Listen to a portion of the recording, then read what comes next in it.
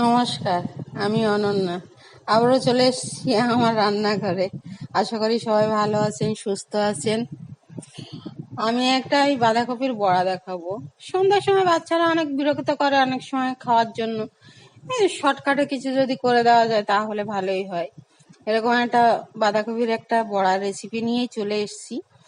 বাঁধাকপির সাথে আমি নেব আধ ভাঙা চালের গুঁড়ো, হাফ কাপ, আর এক বাটি এমনি পুরো মিহি চালের গুঁড়ো, নুন, ডিম, কাঁচা লঙ্কা কুচি। তা আমার আগে বাঁধাকপিটাকে সেদ্ধ করে নিতে হবে, সেই কারণে আমি কড়া বসিয়ে নিলাম। আমি কড়াতে জল দিয়ে দিলাম, জলটা গরমের জন্য।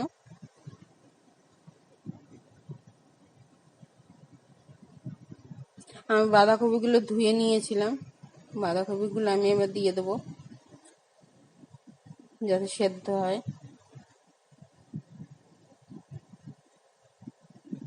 আর বাঁধাকপি সেদ্ধ হতে অ্যাকচুয়ালি অনেক সময় লাগে না, খুব অল্প সময় লাগে। আর একটু গরম গরম অবস্থায় আমি একটু চটকে নেব, মিহি করে কাটিনি, একটু ডুমো ডুমো করে কেটেছি, মানে একটু খিস থাকলে ভালো হয় ভেতরটা। আর ডিম দেবো তো, ডিম থাকলে আর মানে একদম ফুলে ফুলে লুচির মতো হয়ে যায়, ওই জন্য এটা খেতেও টেস্টি হয়। আর বেশি একটু ভেতরে একটা আঁশ থাকলে বেশ লোভনীয় টাইপস একটা জিনিস তৈরি হয়। আপনারা ঘরে করে খাবেন, দেখবেন খুব ভালো লাগে। আর মানে যাদের ইউরিক অ্যাসিড আছে তারা এই জিনিসটা খেতে পারবে না, যদিও সেই কথা। তবে ইউরিক অ্যাসিড যাদের নেই তারা খেতে পারবে। তা খেয়ে দেখবেন, বানিয়ে ভালোই লাগবে, খারাপ লাগবে না। আর আশা করি জিনিসটা হয়তো খুব অল্প উপকরণ দিয়ে তৈরি, অল্প উপকরণের মধ্যে এটা রেডি আছে। তবে ইউরিক অ্যাসিড যাদের আছে তাদের ক্ষেত্রে একদমই নয়, এটা ডিমটাও নয়, বাঁধাকপিটাও নয়। তো যাই হোক, আমার এখানে বাঁধাকপি সেদ্ধ হয়ে গেছে, আমি জল ঝরিয়ে নেবো এবার। আমি দেখাচ্ছি যে কতটা বাঁধাকপি সেদ্ধ হয়ে গেছে, দেখাচ্ছি। এই যে আমি হাত দিয়ে, এই যে এই সেদ্ধ হয়ে গেছে, বেশিক্ষণ লাগে না সেদ্ধ হতে। তো সেদ্ধ হয়ে গেছে, আমি ওটা এবারে জল ঝরিয়ে নেব। আমি যে জল ঝরিয়ে নিয়েছি, আপনারা এর থেকে বেশিও করতে পারেন, কমও করতে পারেন। আমি এইটুকুই নিয়েছি, আমাদের বাড়ির মেম্বার একটু কম। যাই হোক, যে আমি একটু খুন্তি দিয়ে ফাঁকা করে নিয়েছি। খুন্তি দিয়ে ফাঁকা করার জন্য কি হয়েছে, তাড়াতাড়ি ঠান্ডা হয়ে গেছে।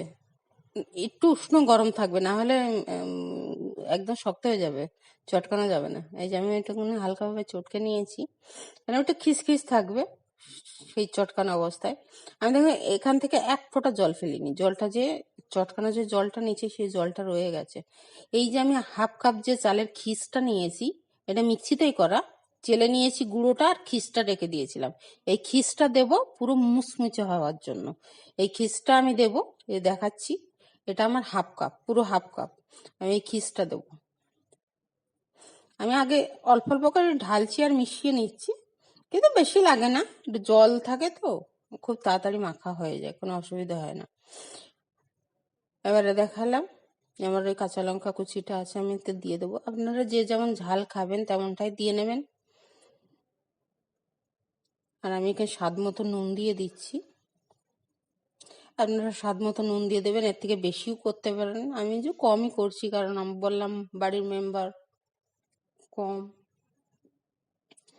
আমি এখানে দুটো ডিম অ্যাড করেছি, আমি একটু পাতলা পাতলা বেশি ফুলাবো, সেই জন্য ডিম কমও দিতে পারেন, তাতেও কোনো অসুবিধা নেই। আমি এখানে চালের গুঁড়োটাও মিশাবো, খুব অল্প অল্প করে নেবো আর অল্প অল্প করে মিশাবো। এই যে কতটা পাতলা হয়েছে, ডিম দেওয়ার পরে মিশাবো, কারণ ডিম দেওয়ার আগে মিশালে আমি বুঝতে পারবো না যে কতটা পাতলা হয়ে যাবে। সেই জন্য আমি ডিম মিশিয়ে যতটা পাতলা হবে আমি এইবারে চালের গুঁড়োটা দেবো, আর দেখবো যে আমার কতটা চালের গুঁড়ো লাগছে। তো আমার আন্দাজ এক বাটি আমার চালের গুঁড়ো লাগবে, আমি এক বাটি নিয়েছি। আপনারা এর থেকে একটু শুকনো করতে পারেন, তবে এই একটু পাতলা রাখলে কি হবে, জিনিসটা খুব ফুলবে, মানে একদম ফুলে মুসমুস করবে। আর যেহেতু চালের গুঁড়ো দেওয়া আছে তার জন্য ওই মুসমুসটা বেশি হয়। আমি দেখি ওভেন ধরিয়ে নিচ্ছি।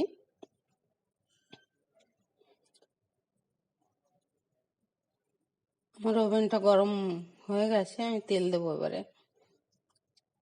একটু ডুবানো তেলই দেব।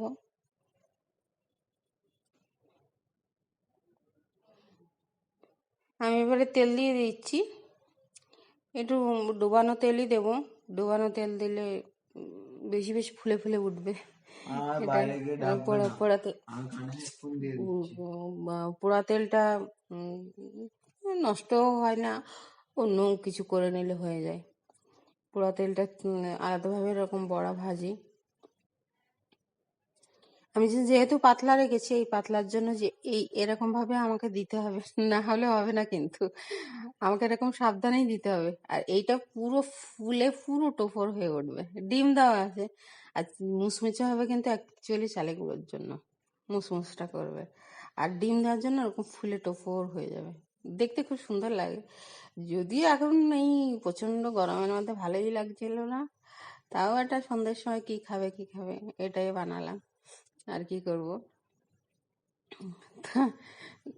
যাই হোক, আপনারা একদিন করে খেয়ে দেখবেন যে কেমন লাগে। আমি করেছি হয়তো আমার মতো, আপনারা হয়তো আমার থেকেও আরো ভালো করতে পারবেন। তো এখন আমার এই রান্নাঘরের মধ্যে এমনি অ্যাকচুয়ালি খুব গরম লাগছিল, তার জন্য আমি এই তাড়াতাড়ি করে যে কটা পেরেছি সেই কটা করার চেষ্টা করেছি।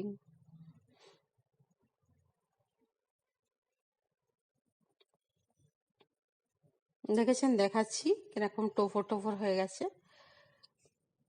পুরো ফুলে একদম পুরো টোপর হয়ে যাবে। হেভি লাগে দেখতে, দেখার সময় দেখতে লাগে খুব সুন্দর।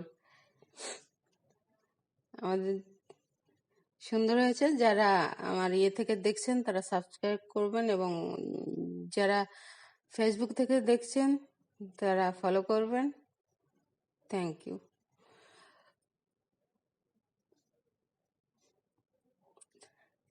আর খেয়ে কমেন্ট করতে ভুলবেন না কিন্তু কেমন হলো। নমস্কার।